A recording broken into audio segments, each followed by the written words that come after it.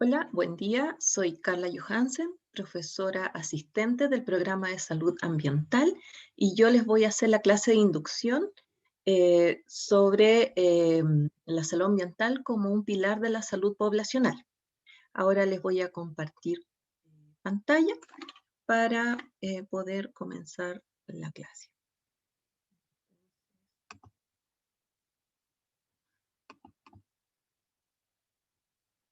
Vamos a...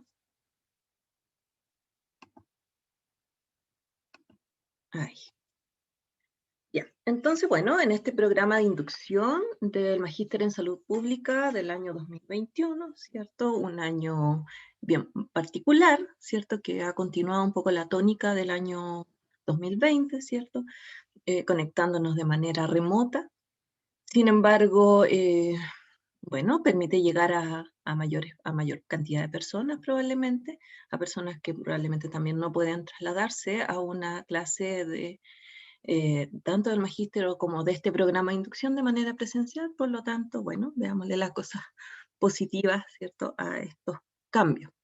Probablemente también este año no sea tan de cambios, ¿cierto?, tan repentino, sino que ya estamos un poco más adaptados a estas herramientas y por lo tanto va a ser un poco más fácil llevar estos cambios de la presencialidad a la virtualidad.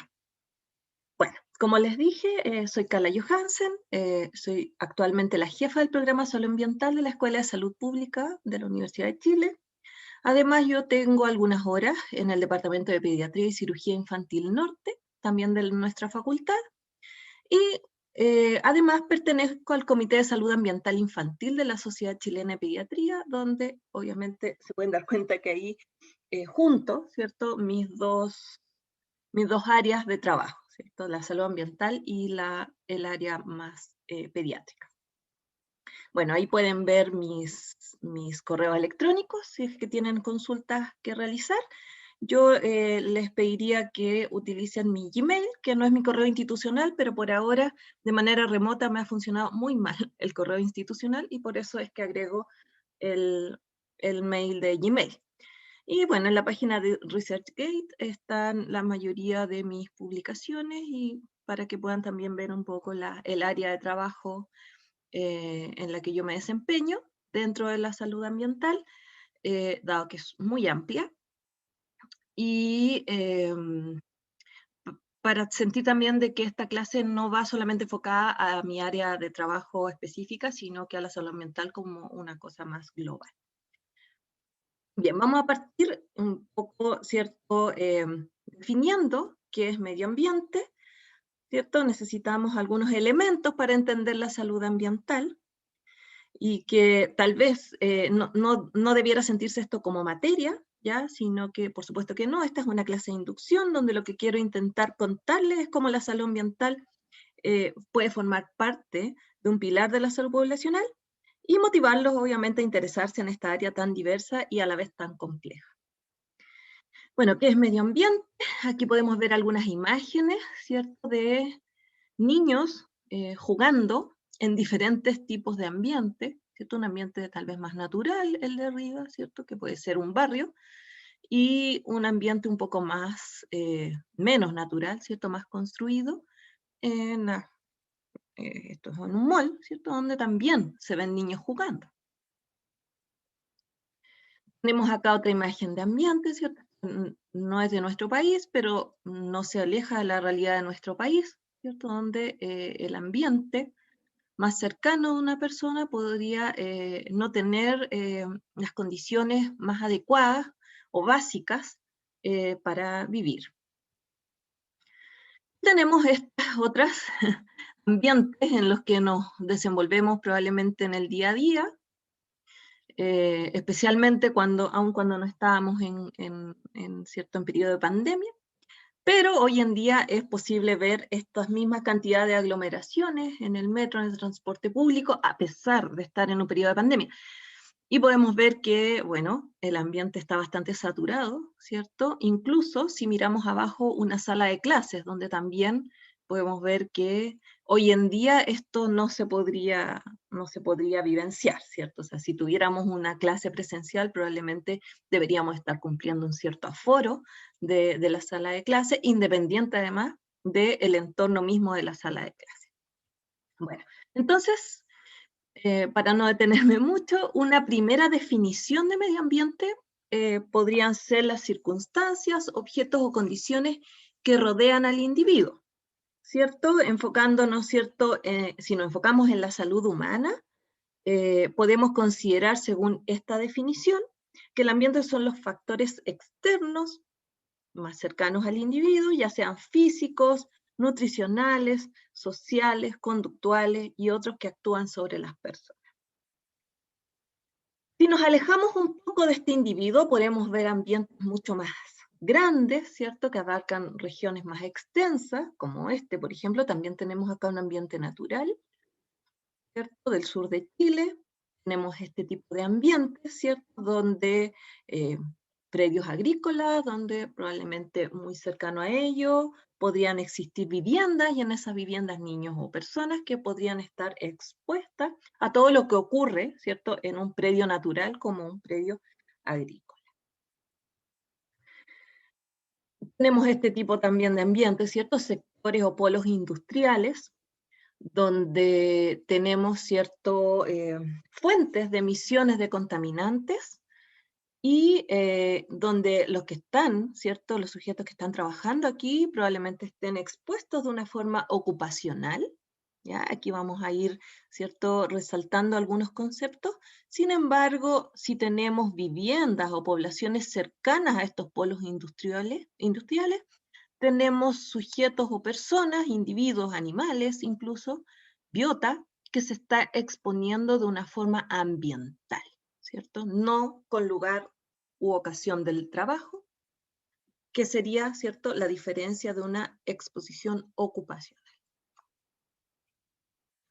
Bien, hoy en día también podemos ver y pensar en un ambiente que no solamente es natural, ¿cierto?, sino que es un ambiente más construido, ¿cierto?, donde con los altos porcentajes de urbanización que tenemos hoy en día, cercanos al mayores al 95%, podemos pensar en que esto también forma parte de nuestro ambiente y que va a, ¿cierto?, conducir algunas hábitos o conductas en los sujetos, ¿cierto? Como por ejemplo esto que tenemos aquí, diferentes, ¿cierto?, negocios que ofrecen comidas de diferente tipo, ¿cierto? Pero también esto podría formar parte de un ambiente, ¿cierto?, que promueve, ¿cierto?, una alimentación más sana, ¿cierto?, y cercana a los individuos.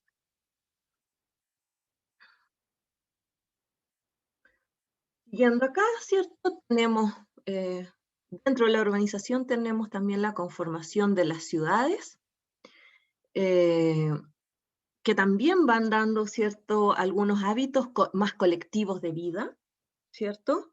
Tenemos incluso la conformación y cómo el uso del suelo se le va dando a las ciudades, y la conformación, ¿cierto?, de ciertas áreas residenciales, como estas que son muy frecuentes de observar en la periferia de nuestra región en Santiago, la conformación de tipo condominio, donde tenemos muchas casas adentro de un lugar que está cerrado con una entrada única, donde las últimas casas tienen que, cierto, caminar o tienen una mayor distancia hacia esa salida única, que da, cierto, la posibilidad de salir al exterior a realizar compras o a realizar actividad física o a realizar actividades de esparcimiento, ¿cierto? Y donde este tipo de conformación, ¿cierto?, favorece mucho el uso del automóvil, dado que las distancias hacia estas salidas únicas y las distancias desde esa salida única a los lugares donde venden alimentos o donde se puede esparcir son lejanas. Bueno, tenemos acá también, ¿cierto?, donde deberíamos estar, ¿cierto?, la Escuela de Salud Pública, pero podemos imaginarnos, ¿cierto?, que estamos ahí recibiendo esta clase y las otras clases de la inducción, ¿cierto? donde también podemos observar que existe un ambiente un poco más alejado del individuo y que podría entonces definir algunas actividades, ¿cierto?, que podían ocurrir en las personas que por lo menos viven en este recuadro, ¿cierto? Por lo tanto, en este sentido, ¿cierto?, si quisiéramos conocer un poco estos patrones colectivos, ¿cierto?, esto implicaría conocer el ambiente que rodea nuestro medio ambiente cercano, ¿cierto? Tenemos nuestro medio ambiente cercano y tenemos otro medio ambiente un poco más amplio que nos rodea, y reconocer esas características es importante, dado que influencian de una manera más colectiva la salud de las personas, ¿ya? Y esta influencia puede ser positiva o negativa, ¿cierto?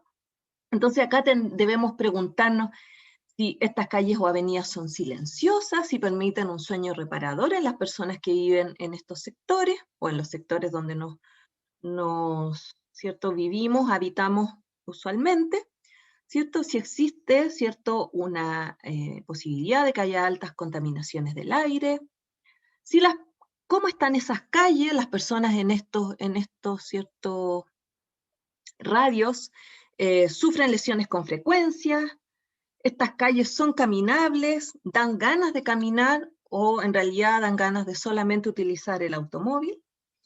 Incentivan el uso del transporte, por lo tanto, hay paraderos, cuál es la frecuencia de los buses, ese transporte es sustentable. O sea, hay muchas preguntas que nos podemos hacer cuando pensamos en ambiente.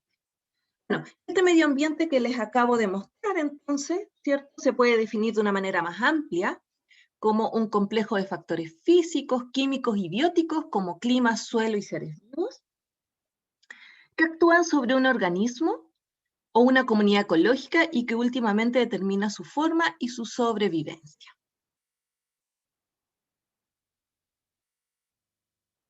Acá tenemos otra definición de medio ambiente, ¿cierto? Como les dije, hay varias definiciones y podemos ver que algunas son más cercanas al individuo, esta que se aleja un poco más, y les voy a presentar esta: sistema global constituido por elementos naturales y artificiales, o sea, ya engloba más allá de la naturaleza, ¿cierto?, de naturaleza física, química o biológica, socioculturales y sus interacciones, en permanente modificación por la acción humana o natural, más humana que natural diría yo, y que rige y condiciona la existencia y desarrollo de la vida en sus múltiples manifestaciones. Esta definición tan completa y bonita, porque me parece que es una muy bonita definición, está contenida en nuestra Ley 19.300, la Ley sobre Bases Generales del Medio Ambiente. Por lo tanto, tenemos una definición bastante rica en nuestras propias leyes, ¿ya? Obviamente vamos a ver, o si toman los cursos, ¿cierto?, de nuestra área de profundización, se van a dar cuenta que, bueno, esta es una definición, pero finalmente hay muchos decretos o parte de las leyes que todavía dejan muchos vacíos legales y que no se logre respetar que nuestro medio ambiente sea realmente sano. Bueno, y tenemos cierto, un medio ambiente más global, ¿cierto? Donde podemos preguntarnos cómo cambia la temperatura superficial de la Tierra, y que es algo que nos va a afectar, ¿cierto?, de manera global a todos. Si hay capas de hielos que se derriten, hay bosques que están desapareciendo o lagos que se están secando. Sin duda, obviamente, también también es nuestro medio ambiente, que es más global y que obviamente va a afectar de manera más global, ¿cierto?, la salud de la población mundial. Entonces, bueno, el mensaje es, de estas primeras tres definiciones, es que se pueden identificar entonces diferentes niveles en nuestro medio ambiente que va a permitir ubicar los problemas ambientales según nivel de acción, ¿sí? Entonces, estos van a ayudar a organizar los problemas, la información, las soluciones, los actores. Por lo tanto, es una buena forma de organizar ya los problemas si es que nos quisiéramos dedicar a investigar o a generar acciones medioambientales. Ya nos encontramos con un nivel más local que tenía relación con la primera definición, donde podemos encontrar la contaminación del barrio, ¿cierto? La contaminación intradomiciliaria también podría corresponder a un ambiente más local, ¿cierto? Y la ocupación. Tenemos un nivel más regional, donde la contaminación del aire, las aguas y el suelo, ¿cierto? Afectan de una manera más colectiva, ¿cierto? A las comunidades. El diseño de las ciudades, que ya no es obviamente nuestro medio ambiente más local, sino que tiene relación con cómo se conecta nuestro barrio con diferentes servicios de educación, de salud, lugares donde trabajar, y que probablemente esto también ¿cierto? Influya en otras ¿cierto? Actividades que podemos realizar como colectivos, ¿cierto? Si tuviéramos cerca nuestros trabajos, los colegios de nuestros niños, eh, los servicios de salud o los servicios para abastecernos de alimentos, si estos fueran todos más cercanos, que no es lo que ocurre hoy en día en Santiago, probablemente nuestros patrones de desplazamiento podrían ser diferentes. ¿Sí? Y ya cuando vemos lo más regional, podemos también tener problemas o identificar problemas de justicia ambiental. ¿Sí?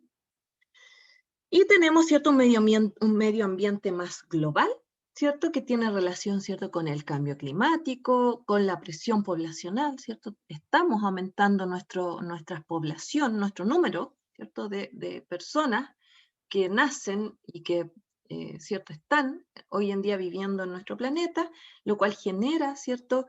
Eh, diversos efectos en el uso de los recursos y en la generación de energía.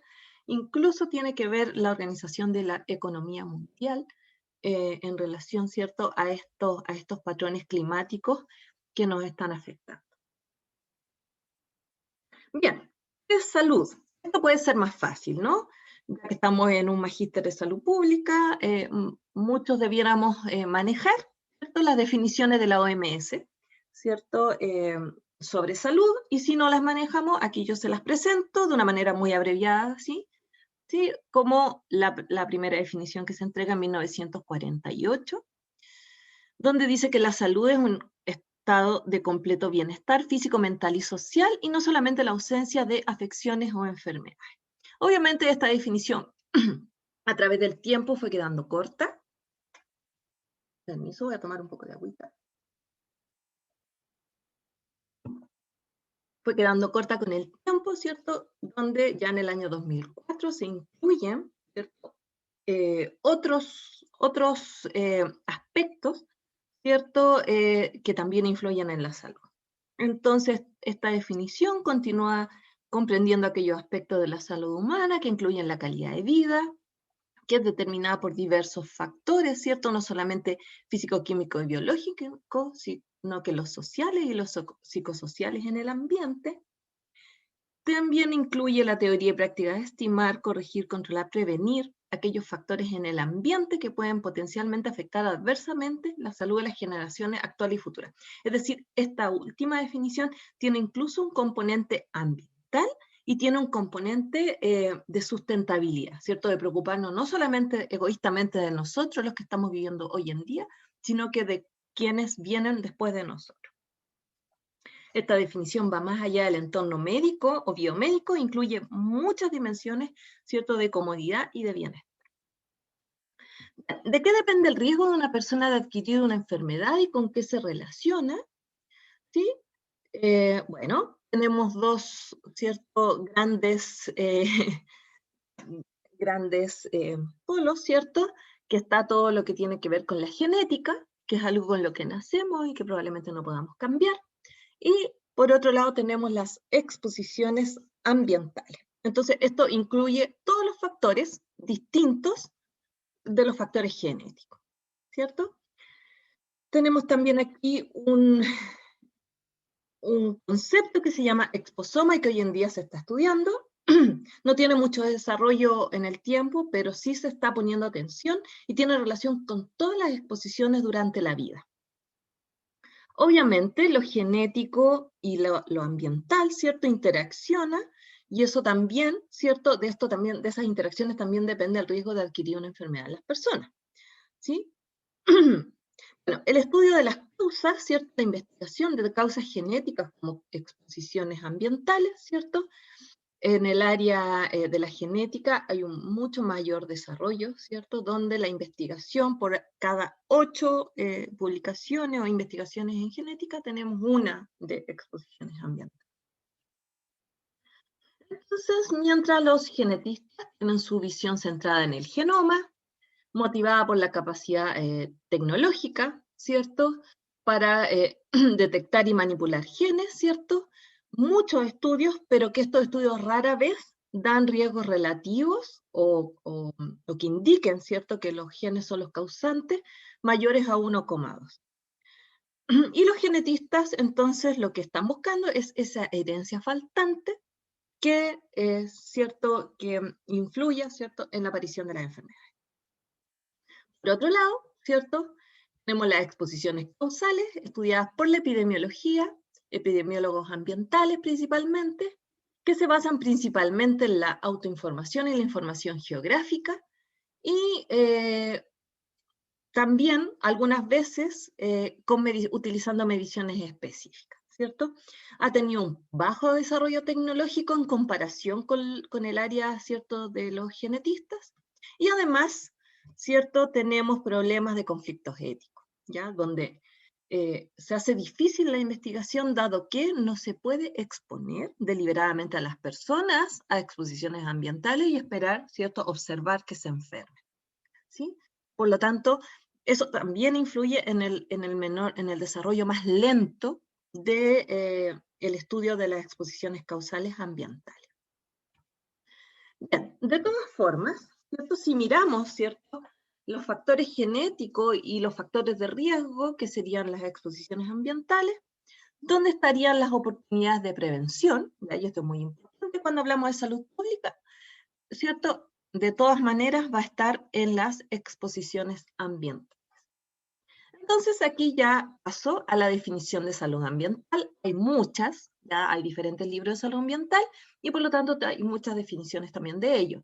¿Sí? Yo me quedo con esta, de la Agencia de Sustancias Tóxicas y Registro de Enfermedades, donde dice que la salud ambiental es la rama de la salud pública, por eso me gusta esta definición, que protege contra los efectos de riesgos ambientales que pueden afectar negativamente la salud o los equilibrios ecológicos.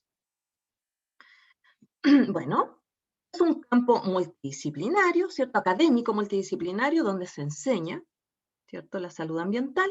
Es un área de investigación, también multidisciplinario, donde se investiga, ¿cierto?, estos factores de riesgo ambientales. Y también es un campo de aplicación en salud pública, donde se decide, ¿cierto?, sobre cómo tener mejores ambientes más saludables para poder prevenir enfermedades. En general, ¿cierto?, las preocupaciones en salud ambiental, que ¿cierto?, dan pie a las investigaciones, usualmente son dos, ¿cierto? Preocupación por cierta enfermedad en la población que puede tener una causa ambiental, es decir, una enfermedad buscando una causa, y esto puede nacer desde una persona que estudia, ¿cierto?, enfermedades, o sea, como del área médica, podría ser del área química, pero también puede nacer, ¿cierto?, desde preocupaciones de las comunidades, de las personas que se están enfrentando, ¿cierto?, a un aumento de alguna enfermedad y que pueda empezar a notar que podría estar relacionándose con una causa ambiental, ¿sí? Y por otro lado tenemos la preocupación por cierto factor ambiental que puede llevar a enfermar a la población, ¿ya? Entonces, esto podría ser así bien, bien básico, decir una causa buscando una enfermedad, ¿sí? O sea, es decir, cuando se están desarrollando pueblos industriales, las poblaciones y las comunidades aledañas comienzan a preocuparse, ¿cierto?, sobre si ese pueblo que se está instalando podría generar algún efecto en sus propios hábitats. Bueno, ¿cómo se relaciona el medio ambiente? ¿Cómo el medio ambiente se relaciona con la salud poblacional? Digamos, ¿desde cuándo se habla de la relación entre medio ambiente y salud? Y aquí quiero ser bastante rápida, ¿cierto? Desde orígenes muy antiguos, ¿cierto? Desde tiempos remotos, Hipócrates ya, ¿cierto?, decía que las enfermedades estaban determinadas por balances de elementos como el aire limpio y el agua limpia. También se decía que el ambiente, ya se identificaba que el ambiente podía tener un impacto en la comodidad y el bienestar. Aparecen las leyes religiosas que regulan, ¿cierto? Los problemas ambientales, intentan regularlos, ¿cierto? Problemas en la seguridad de alimentos, ¿cierto? Comienzan a aparecer procedimientos para conservar alimentos después de que muchas personas murieron por comer alimentos descompuestos. Preocupaciones por el agua limpia, ¿cierto? Preocupados en civilizaciones antiguas, ¿cierto? De Europa, América, África. Se han encontrado restos de cañerías y líneas de agua residuales hace aproximadamente 4.000 años de antigüedad. Preocupaciones también o efectos del aire contaminado desde el descubrimiento del fuego. Ya se han encontrado vestigios de humo en la vía aérea de los hombres de las cavernas, por lo tanto, desde el descubrimiento del fuego, comienzan, ¿cierto?, los problemas de contaminación del aire, de manera antropogénica, ¿verdad? Y bueno, también la preocupación por vectores, ¿cierto?, como roedores, que cuando comienzan, ¿cierto?, las epidemias de peste negra, por allá por el siglo XIV. Bueno, acá tenemos una imagen, ¿cierto?, de la antigua Roma, donde se inventan los primeros sistemas de alcantarillado colectivo, ¿cierto?, para hacer las necesidades. Aquí ya se ve una preocupación por separar, ¿cierto?, estas aguas residuales de las aguas que se podían beber. Bueno, tenemos, ¿cierto?, ya la industrialización con la revolución industrial trae consigo el crecimiento de las ciudades y una mayor migración, ¿cierto?, desde el campo hacia la ciudad, donde entre los siglos XVII y XVIII aparecen, producto ¿cierto?, de estas migraciones, del crecimiento de la ciudad, las cuestiones sanitarias y los problemas del ambiente urbano. ¿Cierto? Aparece, ¿cierto?, la preocupación porque el suministro de agua fuera limpia y un manejo, ¿cierto?, de aguas residuales, especialmente, ¿cierto?, frente a la aparición de enfermedades como el cólera, la fiebre amarilla, y es donde comienzan a aparecer los primeros estudios epidemiológicos sin necesariamente llamarlos como estudios epidemiológicos. ¿Sí? Bueno, también aparecen los problemas del lugar de trabajo, ¿cierto? Enfermedades del trabajo y aparecen, ¿cierto?, las primeras visiones, orientaciones de la salud ocupacional, donde, bueno, la contaminación, ¿cierto?, producida por las industrias no solamente afectaba a los trabajadores, sino que a las poblaciones que estaban en la cercanía de estas industrias. También se identificaban malas condiciones dentro de fábrica y comienza, ¿cierto?, la producción masiva de diferentes elementos necesarios para esos tiempos, ¿cierto? Y pensando un poco ya en cómo esto se ha masificado hasta el día de hoy, y podemos eh, un poco hacer la analogía entre la producción masiva versus la producción local, ¿cierto? De antes de las épocas industriales, ¿cierto? Que era más justa y más sustentable. Tenemos también, bueno, comienza la observación cuantitativa, principalmente de la mortalidad, por John Graunt, donde aparecen los primeros estudios de epidemiología ambiental, sin necesariamente llamarse de esa manera, ¿cierto? Que atribuyen ciertas enfermedades o la mortalidad por ciertas enfermedades a ciertas exposiciones ambientales. Luego, y en base a esto, ¿cierto?, se escribe un código sanitario por William Farr. Posteriormente, Edwin Chadwick combina la epidemiología social con la salud ambiental, ¿cierto?, generando leyes de salud pública en 1848, que principalmente se enfocaban en la limpieza de calles, en la recolección de basura, en los sistemas de alcantarillado, que fueron intervenciones que lograron mejorar la salud de la población más que la asistencia médica individual. Bueno, tenemos acá algunas imágenes, ¿cierto?, del hacinamiento, de las malas condiciones de trabajo, de la explotación también de los trabajadores y de las diferentes exposiciones que se daban al interior de los lugares de trabajo. Bueno, tenemos también ya en la época más actual, ¿cierto?, de la era moderna hasta la actualidad, ¿cierto? Quise poner acá, ¿cierto?, el problema de los pesticidas, dado que estos entran en la cadena alimentaria y se acumulan en el tejido animal. Y hubo una obra muy bonita llamada La Primavera Silenciosa, que habla sobre los efectos de los pesticidas y los plaguicidas, principalmente en la biota, en el medio ambiente vegetal y animal, y cómo eso se puede traspasar, ¿cierto?, mediante la cadena trófica entre animales y llegar al ser humano. Y Rachel Carson escribió esta obra, La Primavera Silenciosa, es muy bonita. Yo dentro de las lecturas recomendadas para leer sobre esta clase de inducción, les dejo una pequeña biografía de Rachel Carson, donde aparece un resumen de este libro, que fue un libro muy interesante, muy bonito y que generó muchos cambios en esos tiempos. Y que apela principalmente, ¿cierto?, a la conciencia ambiental. Luego les voy a comentar un poquito más de esto, ¿sí? Bueno, en esos tiempos también, en estos tiempos, ¿cierto?, hay un reconocimiento de los riesgos químicos, ¿cierto?, separándolos por cancerígenos y no cancerígenos, o sea, los que producen cáncer y los que producen otras enfermedades. Ha habido un desarrollo importante de la toxicología, principalmente debido a la aparición de múltiples, ¿cierto?, agentes químicos nuevos y que no han sido estudiados completamente. Siguen los problemas por acumulación de desechos y cada vez más, ¿cierto? A medida que aumenta la población, vamos generando más desechos. Aparece el estudio de factores, de otros factores como el ruido de la luz, dado que afectan el bienestar de las personas, el estudio de la ecología de la biodiversidad, las exposiciones poblacionales y la identificación de grupos de riesgo. Me quiero detener un poco acá, ¿sí?, en la obra de Rachel Carson, donde ella, ¿cierto?, describe cómo los pesticidas entran en la cadena alimentaria y se acumulan en los tejidos animales. El libro de ella, de La Primavera Silenciosa, llevó a un nivel sin precedente la preocupación sobre el medio ambiente en la conciencia colectiva de la sociedad estadounidense.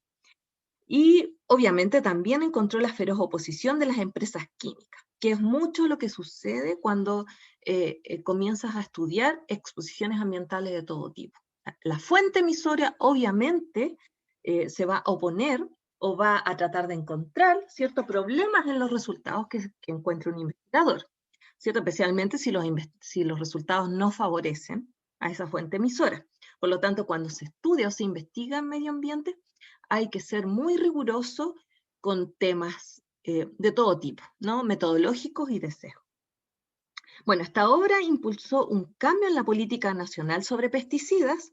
Se prohibió de manera nacional en Estados Unidos el uso del DDT y otros pesticidas, e inspiró, ¿cierto?, un movimiento ambiental que llevó a la creación de la Agencia de Protección Ambiental de los Estados Unidos. O sea, esta mujer fue muy importante, ¿cierto?, en posicionar la salud ambiental como un tema de mucha relevancia en los Estados Unidos, al punto de crear la Agencia de Protección Ambiental de los Estados Unidos.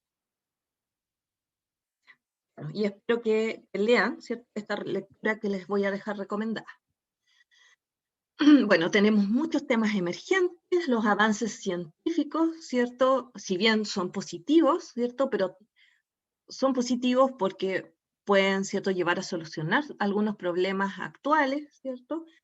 La creación de nuevas sustancias químicas y cómo interactúan con otras podría también ser un problema, ¿ya? Entonces los avances científicos deben ser estudiados de una manera muy rigurosa y de una manera muy contemporánea. O sea, a medida que aparecen químicos nuevos, deben aparecer los estudios que identifican o estudian los efectos tanto de corto plazo como de largo plazo. ¿Cierto? Bueno, tenemos los problemas de la urbanización y del ambiente construido, y que hoy en día hay toda una línea de investigación en relación a cómo las ciudades pueden determinar ciertos comportamientos de las personas y que estos comportamientos pueden influir finalmente positivo o negativamente en la salud. El cambio global, ¿cierto? El crecimiento de la población, el cambio climático, las formas de generación de energía que finalmente nos van afectando a nosotros mismos, ¿cierto? Y a nuestro medio ambiente.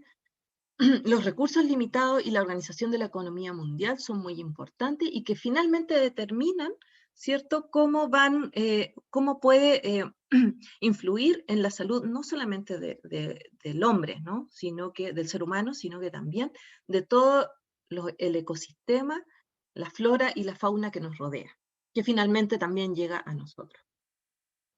Otro tema emergente importante es la sustentabilidad, ¿cierto? Cómo proteger la salud y bienestar de las generaciones actuales sin, ¿cierto?, dejar de proteger o de sostener las generaciones futuras. Hoy en día en Chile, ¿cierto?, tenemos más temas emergentes, ¿cierto? Tenemos un cambio constitucional que es una verdadera oportunidad para poder, ¿cierto?, plasmar y poder,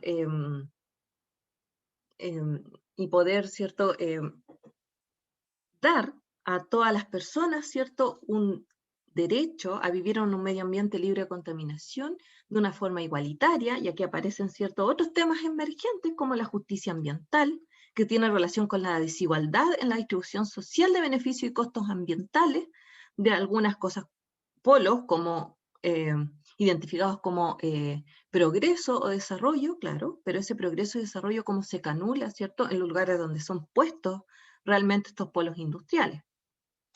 Hay temas como las zonas de sacrificio actualmente que se identifican en Chile. También temas que deben ser importantes de considerar como los derechos de agua. Cómo identificamos nuestro medio ambiente como solo naturaleza o como fuente de recursos, ¿sí?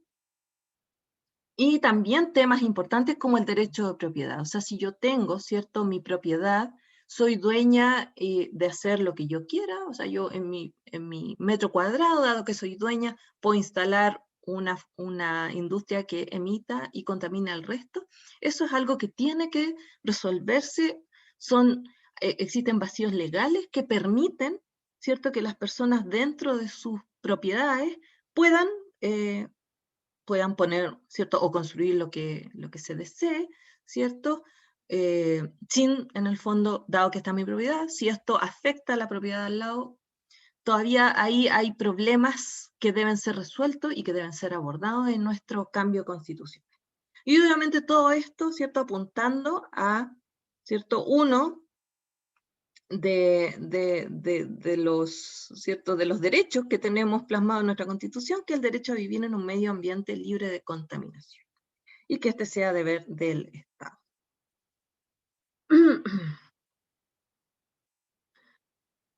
Bueno, creo que este tipo de manifestaciones, ¿cierto?, deja de manifiesto, ¿cierto?, que existe mucha necesidad de revisar los problemas ambientales que genera nuestra actual Constitución, y que muchos son conocidos por todos los que están escuchando ahora esta presentación. Bien, rápidamente, cómo la salud ambiental puede ser un pilar de la salud poblacional, y esto lo voy a reflejar a través de un ejemplo. Este señor es John Snow, ¿sí? Es considerado el padre de la epidemiología moderna, donde él formuló la hipótesis de la transmisión del cólera a través del agua. Bueno, este señor, ¿cierto?, siempre quiso ser médico. Empezó primero como ayudante médico, luego se tituló, fue anestesista y finalmente, como estudiante, vivió su primera epidemia de cólera y siempre le llamó la atención de las formas, ¿cierto?, que había de contagiarse de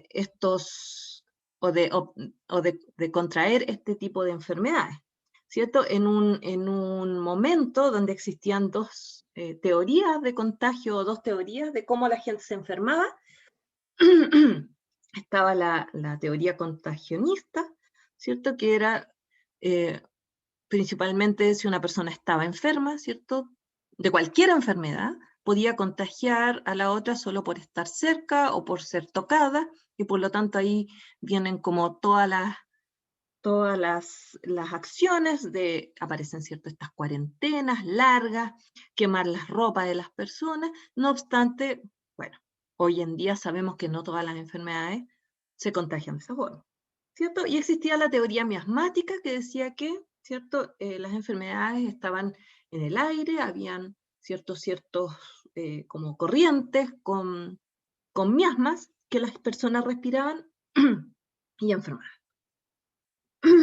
Bueno, en la segunda epidemia de cólera, en el año 48, John Snow desde antes ya había comenzado a ver que no todas las personas se enfermaban, que había algún cierto patrón, ¿cierto?, en la distribución de esta enfermedad.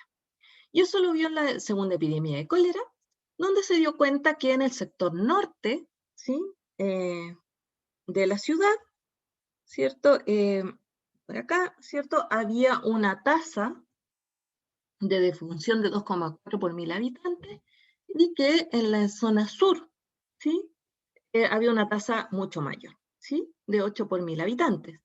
Entonces él empieza a darse cuenta y a un poco estudiar, ¿cierto? Y más que nada, más intuitivamente, él notaba que en la zona sur, ¿cierto?, el río Támesis estaba más contaminado. Ya con esto él empezó a postular que el cólera se transmitía por la ingestión de alguna materia mórbida, la llamó, invisible a los humanos, que actuaba a un nivel intestinal, produciendo, ¿cierto?, un síndrome diarreico y una deshidratación severa. Esto lo publica, por supuesto, fue muy criticado, tanto los que apoyaban la teoría contagionista como la teoría miasmática no podían creer esto que él estaba diciendo, y por lo tanto la idea no fue considerada como para tomar acciones en relación a las fuentes de agua. Bien, en la tercera epidemia de cólera, ya John Snow pudo observar ya que existían dos empresas que abastecían de agua a la ciudad de Londres, ¿cierto? Una que se ubicaba más al sur y otra más al norte, y que entonces estaba frente a un experimento natural, donde tenía personas expuestas al abastecimiento de una de las compañías, y tenía otro grupo expuesto al abastecimiento de otra, de la segunda compañía, ¿cierto? Una era Southwark and Vauxhall Water Company y de Lambert Water Works, ¿sí? Considerada como no expuesta. Entonces, él analizó, ¿cierto?, el número de hogares abastecido por ambas empresas, cuántas muertes por cólera se produjeron en esos hogares, de acuerdo a la empresa abastecedora, ¿cierto? Y obviamente en el resto de Londres, y calculó, ¿cierto?, una tasa de muerte por cada 10.000 hogares, donde se encontró, ¿sí?, que una de las empresas, ¿cierto?, registraba una tasa mucho mayor, ¿sí?, de muerte en comparación con la abastecida por la otra empresa y en relación a la ciudad completa. Luego también identificó que la empresa Lambert Water Works se había cambiado su ubicación, ¿cierto?, a zonas del río Támesis, donde estaba el agua más, pasaban, ¿cierto?, aguas más limpias que la otra empresa, y por lo tanto aquí ya encontró una explicación bastante plausible para su teoría que estaba presente. Obviamente también esto no fue considerado, ¿cierto? Y tuvo algunos seguidores ya con esta evidencia, pero tampoco fue categórica como para cambiar el paradigma de esos tiempos. Bueno, posteriormente hubo un brote en el barrio donde él vivía, ¿sí?, en 1854, en el barrio de Golden Square, donde hubo 500 muertes por cólera en 10 días. ¿Y qué fue lo que hizo? Indagó sobre las bombas de agua utilizadas para consumo, que en ese sector y en ese barrio eran 5, ubicadas aquí con los puntitos azules. Extrajo muestras de agua de cada una de ellas, las analizó y además generó una lista de 83 fallecidos por cólera, fue a sus casas, preguntó dónde habían tomado agua y confirmó que esas familias se abastecían de una fuente, que fue esa, la bomba de Broad Street, identificándola, ¿cierto?, como la culpable de la transmisión del cólera en ese tiempo. Además, calculó la distancia, ¿cierto?, de cada fallecido hacia la bomba, y finalmente lo que ocurrió aquí fue que cerraron esta bomba, ¿sí? Y disminuyó la mortalidad, la incidencia de mortalidad por cólera, ¿sí? Esto fue muy visionario. Hoy en día, ¿cierto?, se utilizan estas técnicas. Esto fue hecho a mano, ¿cierto? Él consiguió un mapa, ¿cierto? Puso los puntos donde estaban las bombas, puso los puntos que creo que este fue su mapa real, ¿cierto? Este es el mapa actual, que ya le pusieron puntos, ¿cierto?, más bonitos, ¿cierto? Y es algo que hoy en día se utiliza mucho la epidemiología espacial para poder identificar las causas de causas de enfermedad con cercanía de clústeres de enfermedades. Bien, ¿qué fue lo que pasó aquí? Entonces, una medida de salud pública efectiva, ¿cierto? Se removió la bomba y disminuyó entonces la incidencia de mortalidad por cólera. No obstante, su teoría fue reconocida después de que él muere, ¿cierto?, en la cuarta epidemia de cólera. Decían ahí, se da crédito a toda esta evidencia que generó John Snow en esos tiempos.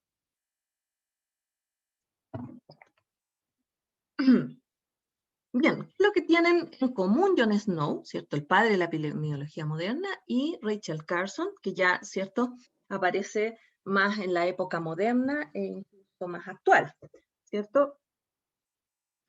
Aquí algunas cosas que si se quieren dedicar a la investigación, ya son algunas habilidades que hay que tener, ¿cierto? Capacidad de observación, razonamiento lógico, perseverancia de todas formas, ¿cierto? Especialmente si hay una plausibilidad de que esta causa produzca cierto efecto, ¿cierto?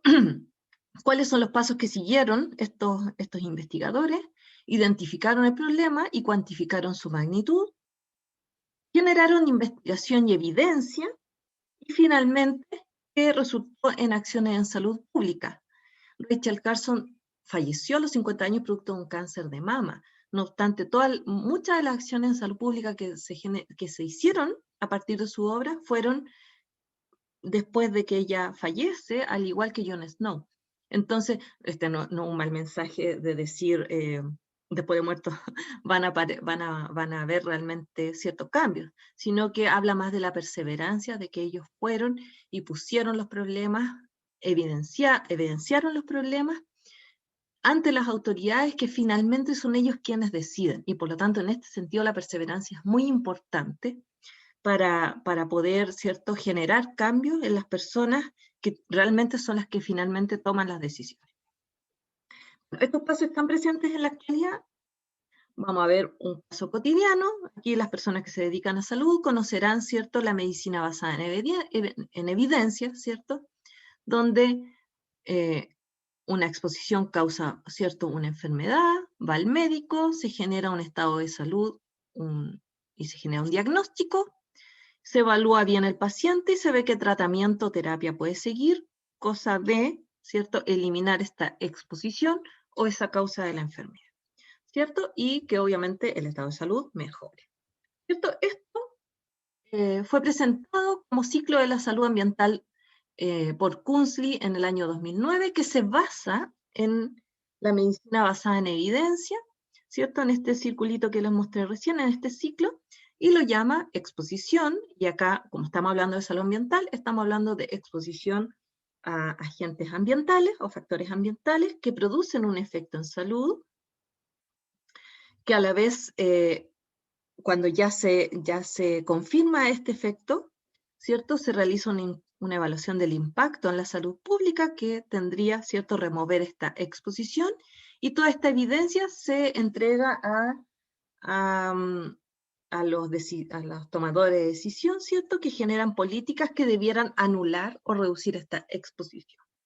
¿Dónde está, cierto, el trabajo académico, ¿cierto?, identificando exposiciones, relacionándolos con efectos en salud, relacionando ambos, ¿cierto?, generando evidencia de si alguna exposición produce algún efecto en salud? Esto puede ser exposiciones a contaminantes del aire, a contaminantes de los alimentos, pesticidas, contaminación del suelo, ¿cierto? Acá uno como investigador tiene que considerar muchas cosas, aspectos metodológicos, éticos, sesgos, cuestiones también biológicas, de si la exposición, ¿cierto?, es muy alta y de corto plazo, o es una exposición a bajas dosis, pero de largo plazo.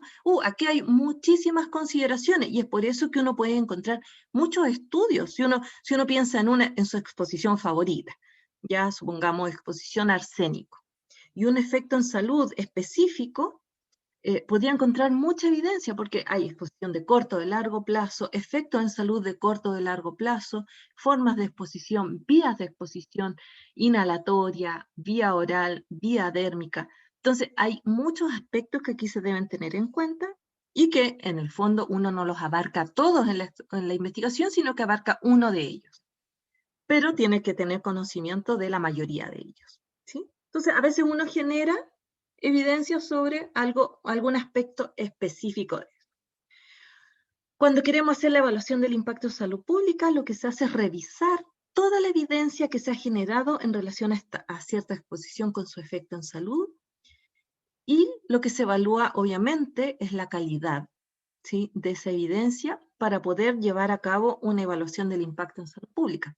Es decir, de toda la evidencia que se genera aquí, que nosotros vamos a tratar de que sea de la mejor calidad, ¿sí?, se elige, obviamente, la de mejor calidad para que pase, ¿cierto?, a una evaluación del impacto de salud pública. Y aquí no es una evidencia, no es solo un estudio, ¿cierto? Tienen que haber muchos estudios que den consistencia a lo que uno está diciendo, ¿cierto?